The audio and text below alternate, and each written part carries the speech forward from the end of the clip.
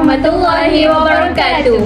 Nama saya Nurul Nabilah binti Masli. Nama saya Amirah Murshidah binti Safi'i. Nama saya Naini Fatni binti Ahmad Manhuri. Pada hari ini, Kami akan membincangkan mengenai kesan kemelesetan ekonomi dunia terhadap Malaysia. Sebelum kita meneruskan kepada perbincangan kita tentang impak kemelesetan ekonomi dunia terhadap Malaysia, terlebih dahulu kita perlulah mengetahui apa yang dimaksudkan dengan kemelesetan ekonomi. Jadi, kemelesetan ekonomi ialah penurunan ketara dalam aktiviti ekonomi yang berlarutan sehingga beberapa bulan lamanya. Hal ini mungkin disebabkan oleh pelbagai faktor, antaranya seperti inflasi, kewangan dan kadar faedah. Jadi secara kasarnya, kemelesetan ekonomi ini wujud dalam satu masa dengan kejatuhan yang berterusan dalam jumlah keluaran negara dan peningkatan tahap penggunaan. Jika kita lihat dalam sejarah ekonomi dunia, kemelesetan ekonomi mula berlaku sejak tahun 1930-an lagi. Semasa kemelesetan, kuasa beli penduduk itu akan mula menurun. Situasi ini boleh menyebabkan masyarakat tak berbelanja. Sebab apa? Bila berlaku kemelesetan, orang tak ada duit. Bila orang tak ada duit, orang tak beli barang. Maka kuasa beli kita akan turun. Fenomena ini akan menyebabkan pasaran pelaburan juga akan mengalami penurunan aktiviti urus niaga. Kesan untuk kemelesetan ekonomi juga turut menyebabkan penduduk itu kehilangan pekerjaan kerana kegiatan ekonomi itu semakin lembab. Jadi pendapatan kilang-kilang, syarikat-syarikat semakin slow. Ini menyebabkan majikan tak mampu membayar gaji pekerja. Bila majikan tak mampu nak bayar gaji pekerja, majikan terpaksalah memberhentikan pekerja. Bila majikan memberhentikan pekerja, maka pendapatan akan berkurang. Bila pendapatan pekerja itu berkurang, pekerja tak mampu untuk membeli barang. Dan lambakan barang itulah yang akan menjadikan kemelesetan dan penurunan harga barang secara mendadak. Dan bila berlaku seperti itu, sekaligus akan membantukan aktiviti ekonomi sebab orang tak akan belanja. Sebaliknya, orang akan menangguhkan perbelanjaan mereka. sebelum saya meneruskan perbincangan kesan kemelesetan ekonomi dunia terhadap Malaysia, jadi saya ingin bercerita dahulu bagaimana keadaan ekonomi Malaysia pada tahun 1997 dan tahun 1998. Ekonomi Malaysia sejak tahun 1970 telah mengalami pasang surut beberapa kali disebabkan pelbagai faktor yang sebahagian besarnya berpunca daripada faktor luaran. Memandangkan polisi keterbukaan ekonomi Malaysia, krisis ekonomi yang paling diingati dalam sejarah Malaysia dan juga Asia adalah pada tahun 1997 dan tahun 1998. Ramai yang telah tahu bahawa Malaysia antara negara yang berjaya dalam menangani krisis hebat ini. Namun, tidak ramai yang tahu bagaimana ia berlaku. Sebenarnya, krisis ini telah bermula di negara Thailand. Namun, sebagai salah satu negara Asia, Malaysia juga terperangkap dalam krisis mata wang ini dan ia berpanjangan dan melanda di seluruh Asia. Walaupun Malaysia mempunyai asas ekonomi yang kukuh, tetapi disebabkan fenomena yang dinamakan jangkitan Asia dan krisis keyakinan ini telah memberi impak yang besar ke atas ekonomi negara. Pada Julai 1997, nilai mata wang negara kita telah merosot dengan pantas dan pasaran sahamnya juga telah jatuh menjunam ke pasaran yang paling rendah. Krisis ini bermula dengan aliran keluar modal secara besar-besaran dari pasaran kewangan tempatan di Thailand sebelum merebak dengan pantas ke negara-negara jiran hinggalah di Korea Selatan. Ekonomi Thailand kelihatan seperti lumpuh, memberi impak negatif dalam beberapa sektor terutamanya kewangan, hartanah dan pembinaan. Nilai mata wang bat pula susut dengan pantas dan kehilangan lebih daripada separuh nilai asalnya. Jadi bagaimana pula dengan ringgit? Ringgit pula mula mengalami penurunan nilai 2 minggu selepas bat diapungkan pada 2 Julai 1997. Kejatuhan nilai bat ini telah menimbulkan kesangsian pelabur dalam kadar tukaran serantau. Pasaran saham di BSKL iaitu Bursa Saham Kuala Lumpur juga turut jatuh mendadak dengan nilai indeks komposit telah menjunam ke paksi 600 mata pada akhir tahun 1997. Jangkaan negatif ini telah menyebabkan ringgit mengalami penurunan yang amat teruk mencapai RM4.88 untuk $1 pada 7 Januari 1998. Ekoran fenomena yang berlaku di Thailand ini telah menyebabkan ekonomi dan mata wang negara di Asia Tenggara lumpuh dan merosot. Kebanyakan pelabur mula menekan butang panik dengan mengeluarkan sejumlah kredit daripada negara-negara yang terlibat. Perkara ini membuatkan masalah yang lebih parah dan mendorong lebih banyak kebangkrapan. Krisis ini telah menyebabkan Malaysia menghadapi tekanan dari segi defisit akaun semasa, rizab asing yang rendah dan hutang luar yang semakin meningkat. Seperti negara-negara lain, Malaysia juga turut menerima tawaran bantuan kewangan daripada IMF.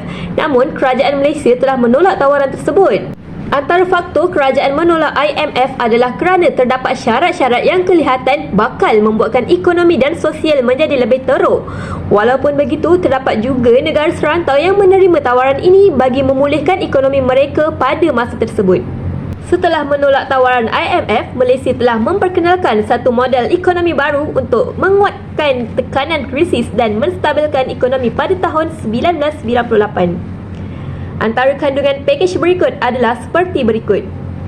Pengurangan kadar faedah yang membolehkan syarikat-syarikat dan pengguna mempunyai peluang bernafas kembali dengan pinjaman.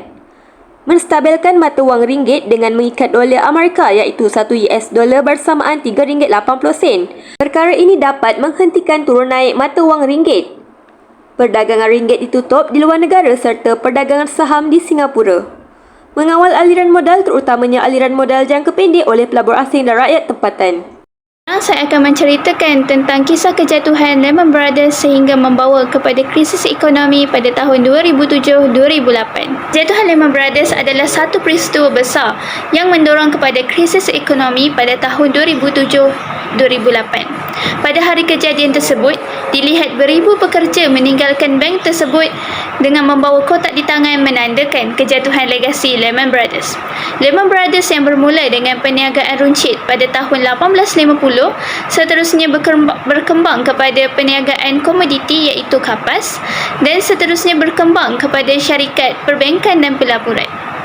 Syarikat ini telah pun bertahan melalui dua perang dunia terbesar dan pelbagai lagi krisis ekonomi, namun akhirnya jatuh pada tahun 2008. Lehman Brothers ialah firma perbankan keempat terbesar di Amerika Syarikat.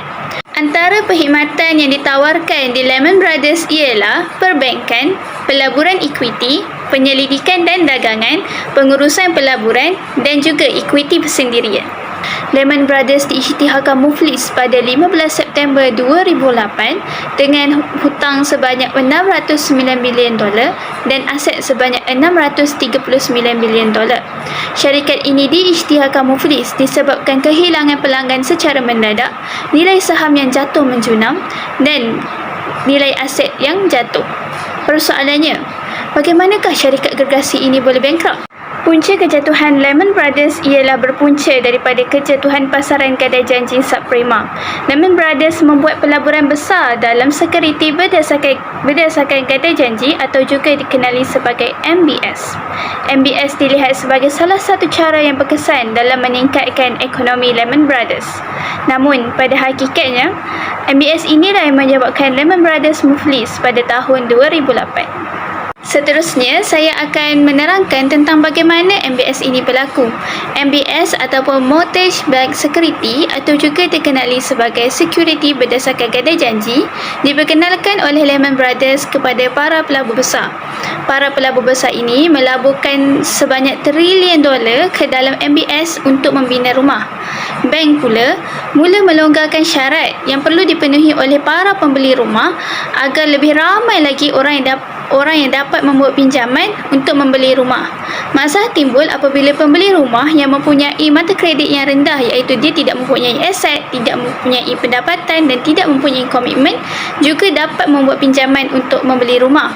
Maka masalah terjadi apabila pembeli rumah tersebut tidak dapat membayar pinjaman mereka semula kerana mereka mempunyai pendapatan yang rendah.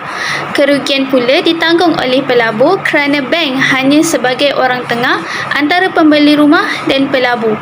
Maka inilah yang menyebabkan Lehman Brothers jatuh muflis pada 15 September 2008. Baiklah, sekarang saya akan menerangkan kesan kemelesetan ekonomi global terhadap Malaysia. Jadi apa kesannya? Kesan yang pertama adalah pelbagai sektor ekonomi di Malaysia terjejas. Pada separuh tahun kedua, semua sektor ekonomi terjejas oleh kemelesetan global dan pembentukan yang ketara dalam harga komoditi. Pertumbuhan dalam sektor perkilangan terutamanya telah bertukar menjadi negatif disebabkan penguncupan yang nyata dalam industri berorientasikan ekspor. Sektor perkhidmatan terus menjadi pemacu utama walaupun sebilangan daripada subsektor berkaitan aktiviti perdagangan dan pasaran modal telah terjejas. Berdasarkan jadual yang dipaparkan ini, berlakunya penurunan KDNK benar pada tahun 2008 iaitu KDNK benar pada tahun 2008 menurun kepada 4.6% berbanding 6.3% pada tahun 2007. Persoalannya, apa itu KDNK? KDNK adalah singkatan bagi keluaran dalam negara kasar yang bermaksud jumlah nilai akhir dan barang perkhidmatan yang dikeluarkan oleh semua faktor pengeluaran milik negara itu atau milik negara asing dalam sesebuah negara bagi tempoh setahun. Apabila KDNK benar merosot pada separuh kedua tahun 2008, maka berlakulah kelemahan pasaran pekerja kerana perusahaan perniagaan, khususnya sektor perkilangan mengambil sikap berhati-hati dalam menghadapi kitaran perniagaan yang semakin tidak menentu. Kesan yang seterusnya ialah berlakunya peningkatan inflasi di negara kita. Inflasi keseluruhan di Malaysia lebih tinggi iaitu pada 5.4% pada tahun 2008. Berikut adalah bukti pengiraan inflasi pada tahun 2008 iaitu pada kadar inflasi 5.4%. Peningkatan kadar inflasi ini adalah disebabkan kenaikan mendadak harga makanan dan bahan api global. Kadar inflasi mencatat paras tertinggi sebanyak 8.5% pada bulan Julai selepas pelarasan harga runcit bahan api sebanyak 40.4% pada bulan Jun. Walau bagaimanapun, inflasi mula menjadi sederhana pada suku keempat apabila harga komoditi global jatuh dengan ketara yang mendorong kepada penurunan harga makanan dan bahan api dalam negeri. Dari segi imbangan pembayaran pula, Malaysia turut terkesan di mana Malaysia mengalami defisit atau kurangan imbangan pembayaran. Hal ini disebabkan oleh bocoran iaitu aliran keluar wang daripada negara kita ke luar negara yang berlaku secara besar-besaran di negara kita kerana terdapat pekerja asing yang menghantar pulang sejumlah 18 bilion ringgit ke negara asal mereka. Hal ini menyebabkan aset reserve negara kita berkurang iaitu simpanan di negara kita berkurang sehingga menyebabkan ringgit mengalami susut nilai. Menurut laporan UNDP iaitu United Nations Development Program, ekoran kemelesetan ekonomi yang terjejas teruk pada akhir 2008 itu menyebabkan KDNK mengalami penurunan sebesar 0.1%. Namun begitu, tabung negara Malaysia masih kukuh bagi menghadapi kemelesetan ekonomi termasuk mengawal ekonomi dalam negara. Hal ini disebabkan oleh permintaan dalam negeri yang kukuh terutamanya penggunaan swasta yang mampu dan perbelanjaan awam yang kukuh menyokong pertumbuhan sepanjang tahun itu. Kesan yang terakhir adalah berlakunya peningkatan kadar pengangguran. Keadaan pasaran pekerja yang kukuh pada tahun 2007 berterusan hingga separuh pertama tahun 2008 seperti yang dicerminkan oleh bilangan kekosongan jawatan yang lebih tinggi, pemberhentian yang lebih rendah dan pertambahan yang berterusan dalam pekerjaan. Walau bagaimanapun, keadaan pasaran pekerja mula lemah pada separuh tahun kedua apabila sektor perniagaan mula berhenti berikutan tekanan kos yang semakin meningkat dan permintaan luar negeri yang merosot akibat krisis kewangan dan ekonomi global yang semakin meruncing. Antara kesan kemelesetan ekonomi Malaysia terhadap sosial dan masyarakat ialah kemiskinan. Kemiskinan dapat ditakrifkan sebagai jumlah pendapatan bulanan sesebuah isi rumah tersebut berada di bawah tahap pendapatan garis kemiskinan. Kemiskinan juga sering dikaitkan dengan kepapaan dan kesukaran seseorang untuk mendapatkan sesuatu. Kemiskinan di Malaysia meningkat sebanyak 3.8% pada tahun 2008 berbanding tahun sebelumnya iaitu sebanyak 3.6% pada tahun 2007. Kemiskinan disebabkan oleh sektor ekonomi negara yang goyah kerana banyak industri yang terjejas ekoran kenaikan harga bahan api global. Inflasi meningkat secara keseluruhan kepada 5.4% pada tahun 2008. Peningkatan inflasi ini disebabkan oleh kenaikan mendadak harga bahan api global dan juga harga makanan. Peningkatan inflasi menyebabkan kuasa beli pengguna menurun. Dalam erti kata lain, rakyat terpaksa ikat perut kerana barangan asas semakin mahal dan terpaksa berjimat cermat untuk menampung kehidupan seharian. Keadaan pasaran pekerja juga menjadi lemah pada separuh kedua tahun 2008. Hal ini disebabkan oleh pihak industri mengambil langkah berjaga-jaga dan berhati-hati dalam persekitaran ekonomi yang tidak menentu. Terdapat juga beberapa syarikat yang terpaksa membuang sebilangan pekerja mereka agar bisnes mereka dapat terus berjalan dengan lancar dalam kesempitan ekonomi tersebut. Kesannya, kadar pengangguran meningkat kepada 3.7% pada tahun 2008. Peningkatan kadar pengangguran dan kuasa beli pengguna yang semakin berkurang ini menyumbang kepada peningkatan kadar kemiskinan di negara kita. Yang kedua, kesan kepada ekonomi dan negara. Pembangunan negara ke arah negara maju akan menjadi lebih perlahan. Kenapa? Pengangguran menyebabkan kuasa beli pengguna berkurang dan ini juga menyebabkan pendapatan negara berkurang. Apabila pendapatan negara berkurang, maka kerajaan tidak mampu lagi untuk menyediakan infrastruktur yang canggih dan pelan pembangunan Malaysia ke arah negara maju akan menjadi lebih perlahan. Seterusnya, saya akan bergerak kepada kesan pengangguran kepada individu, kepada masyarakat dan juga kepada ekonomi negara. Pertama, kesan kepada individu. Kuasa beli pengguna akan menurun. Individu yang menganggur akan terpaksa menggunakan wang simpanan mereka untuk menyara diri mereka sementara mereka menunggu untuk mendapatkan pekerjaan baharu. Yang ketiga, kesan kepada masyarakat. Masyarakat menjadi tidak berkualiti dan tidak progresif. Pengangguran menyebabkan ramai orang hanya melepak dan membuang masa tanpa menyumbang apa-apa kepada negara. Selain itu, sebagai contoh, perkhidmatan awam dan sekolah juga menjadi kurang berkualiti kerana kekurangan sumber manusia.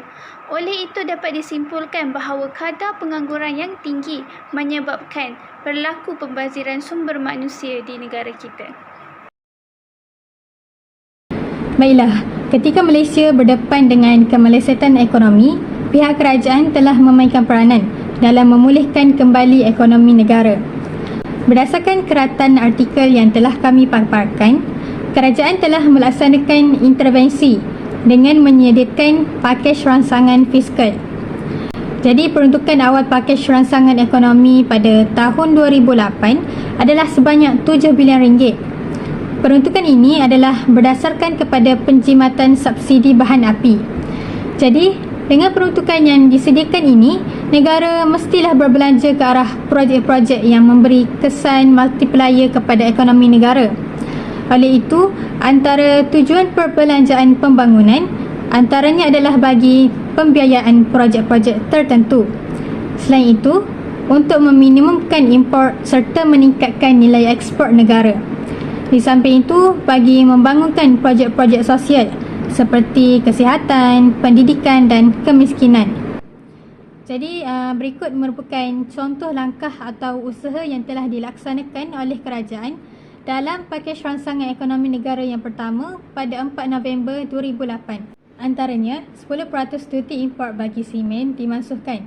Seterusnya, duty import bagi 54 subkepala kod tarif kastam yang lain untuk keluaran keluli panjang turut dimansuhkan. Selain itu, barangan yang diimport hendaklah mematuhi piawaian Malaysia MS atau suatu piawaian antarabangsa yang diiktiraf sekiranya MS tiada. Di sini kita boleh lihat bahawa kerajaan berusaha untuk mengurangkan kemasukan barangan import ke dalam negara. Jadi secara keseluruhannya jelaslah bahawa pihak kerajaan telah mengambil langkah untuk mengurangkan impak kemelesetan ekonomi dengan menyediakan pakej rangsangan fiskal. Untuk pengetahuan, negara lain juga turut memberikan pelbagai pakej rangsangan ekonomi yang dikenali bailout atau bantuan kewangan penyelamat daripada kerajaan untuk sektor kewangan, terutamanya bank dan lembaga insurans yang terjejas. Seterusnya, pihak kerajaan melaksanakan pakej ransangan ekonomi terbaru, iaitu pakej kedua sebanyak 60 bilion ringgit untuk menyokong aktiviti ekonomi dalam negara. Jumlah peruntukan ini dibahagikan kepada beberapa bahagian. Bagi peruntukan sebanyak 2 bilion ringgit, ia bertujuan untuk mengurangkan pengangguran yang berlaku di dalam negara dan menambah peluang pekerjaan kepada rakyat Malaysia. Selain itu, sebanyak 10 bilion ringgit pula diperuntukkan untuk meringankan beban rakyat yang terkesan dengan kemelesetan ekonomi, terutamanya kepada golongan yang mudah terjejas, seperti orang yang mempunyai pendapatan rendah. Manakala, peruntukan sebanyak 29 bilion ringgit pula bertujuan untuk membantu sektor swasta yang menghadapi krisis ekonomi. Hal ini kerana pelaburan swasta menjadi perlahan dalam persekitaran pertumbuhan ekonomi yang secara keseluruhannya lebih perlahan akibat kemelesetan ekonomi yang melanda. Di samping itu, 19 bilion ringgit pula diperuntukkan untuk membina keupayaan dan memperkukuh kapasiti pertumbuhan masa hadapan negara. Selain daripada menyediakan pakej ransangan fiskal, bidang keberhasilan utama negara kerajaan juga memainkan peranan penting dalam mengurangkan impak kemelesetan ekonomi yang melanda negara. Jadi, bagi mencapai matlamat penunjuk prestasi utama atau dikenali sebagai KPI, bidang keberhasilan utama negara menumpukan kepada beberapa perkara asas, antaranya mengurangkan kadar jenayah, memerangi rasuah, meluaskan akses kepada pendidikan berkualiti dan berkemampuan, meningkatkan hidup rakyat berpendapatan rendah, memperkasa prasarana luar bandar dan pedalaman, serta menambah baik pengangkutan awam. Oleh itu, bagi mengurangkan kadar jenayah, pihak kerajaan telah mengambil langkah dengan meningkatkan kehadiran polis di tempat awam dan memasang kamera litar tertutup CCTV. Untuk membanteras rasuah pula, kerajaan telah mengambil tindakan dengan mengisytiharkan harta dan dasar Whistleblower Act yang memberi kekebalan kepada pemberi maklumat daripada jaminan tindakan sivil atau jenayah akibat pendedahan yang dilakukan.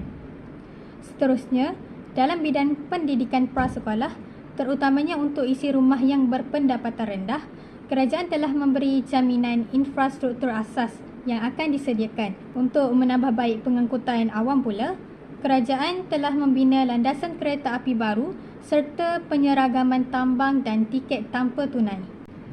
Secara kesimpulannya di sini, jelaslah bahawa kemelesetan ekonomi global bukan sahaja menjejas sektor ekonomi, bahkan juga menjadi punca pelbagai masalah sosial seperti kemiskinan, pengangguran dan meningkatnya kadar jenayah, ekoran semakin sukarnya untuk menyara hidup. Jadi sehingga pakej ransangan ekonomi yang diberikan oleh kerajaan Malaysia begitu sangat membantu, terutamanya golongan berpendapatan rendah dan pelbagai sektor yang menerajui ekonomi negara, termasuk pelbagai syarikat nasional, sama ada bidang kewangan, pembuatan mahupun perkhidmatan.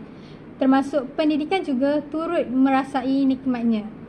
Oleh itu, Komite Kerajaan dalam memerangi jenayah dan rasuah patut mendapat penghargaan tinggi. Sampai di sini sahaja pembentangan daripada kami. Kami harap video kami sedikit sebanyak dapat memberi pencerahan tentang impak kemelesetan ekonomi dunia terhadap Malaysia. Sekian, itu sahaja daripada kami. Terima kasih.